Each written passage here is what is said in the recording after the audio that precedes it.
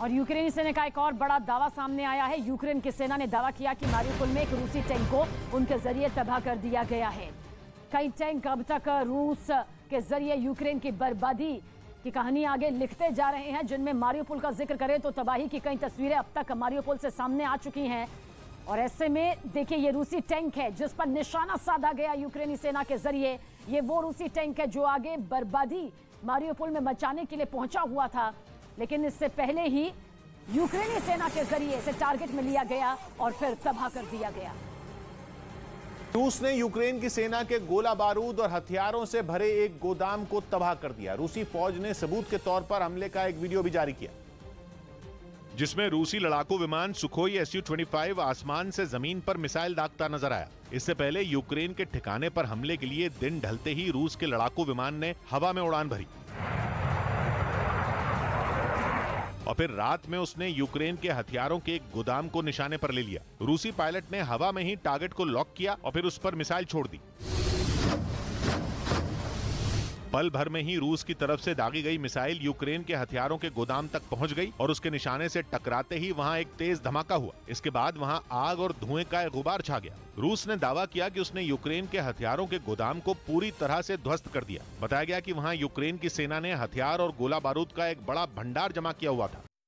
Ukraine की राजधानी Kyiv में हुई जंग में दोनों सेनाओं को जबरदस्त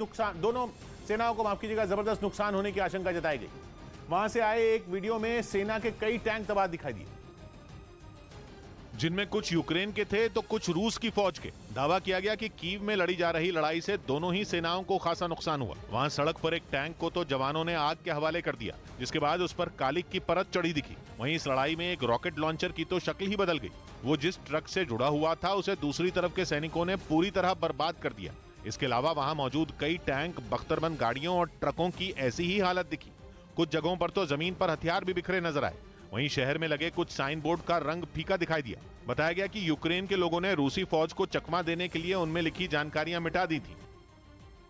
और आज यूक्रेन और रूस के बीच तुर्की के इस्तांबुल में बातचीत होने जा रही है। ये बातचीत भारतीय समय अनुसार दोपहर 12:30 बजे से शुरू हो सकती है और इस बातचीत के लिए रूसी प्रतिनिधिमंडल इस्तांबुल भी पहुंच चुका है। इससे पहले 28 मार्च को होने वाली बातचीत रद्द कर दी गई थी। तो वहीं अमेरिकी विदेश विभाग का मानना है कि यूक्रेन और रूस के बीच की जो ये बातचीत होने वाली है वो विफल हो जाएगी। अमेरिका का दावा है कि पुतिन का युद्ध खत्म करने का कोई इरादा नहीं, कोई समझौता वो नहीं करेंगे। उधर पुतिन के प्रवक्ता ने भी साफ कर दिया कि हाल फिलहाल पुतिन का जेलेंस्की से मिलने का और उनके साथ बातचीत का कोई इरादा नहीं। वहीं रूसी विदेश मंत्री का कहना है कि कुछ प्रमुख शर्तें पूरी होने के बाद ही पुतिन और जेलेंस्की की मुलाकात हो सकती है। यूक्रेनी राष्ट्रपति जेलेंस्की कई दिनों से इसकी मांग भी कर रहे हैं। यूक्रेन ने खेरसोन के कुछ इलाकों को रूसी सेना के कब्जे से छुड़ाने का दावा किया। इस महीने की शुरुआत में रूस ने इस शहर पर अपने कब्जे का ऐलान किया था, लेकिन यूक्रेन की सेना ने वहां के कुछ इलाकों से रूस के सैनिकों को खदेड़ने का दावा किया और सबूत के तौर पर एक वीडियो भी जारी किया, जिसमें खेरसोन के एक सुनसान इलाके में उसके सैनिक हथियारों के साथ आगे बढ़ते दिखाई दिए। उनके चेहरे पर एक बार फिर अपने शहर में दाखिल होने की खुशी साफ दिखाई दी। यूक्रेन की सेना ने दावा किया कि वहां कई दिन तक चले भीषण युद्ध के बाद रूसी सैनिक अपने हथियार छोड़कर भाग गए, जिसके बाद उनके सैनिकों ने वहां सर्च ऑपरेशन चलाया। यूक्रेन के डोनेस्क प्रांत में बारूदी सुरंग के ऊपर से गुजर रहे एक रूसी ट्रक के परखचे उड़ गए।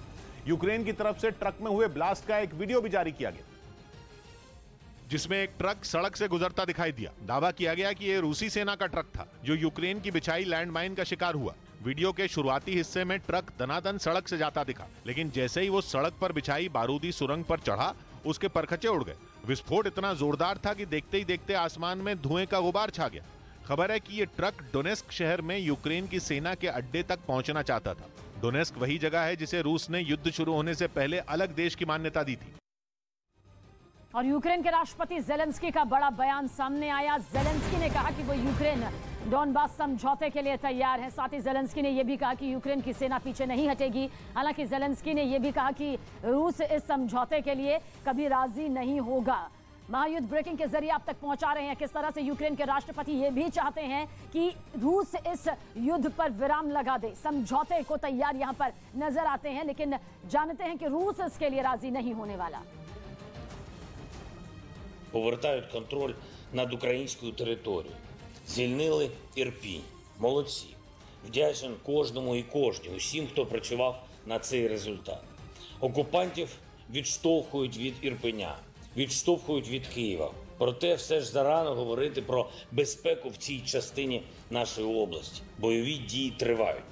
Російські війська утримують під своїм контролем північ Київщини.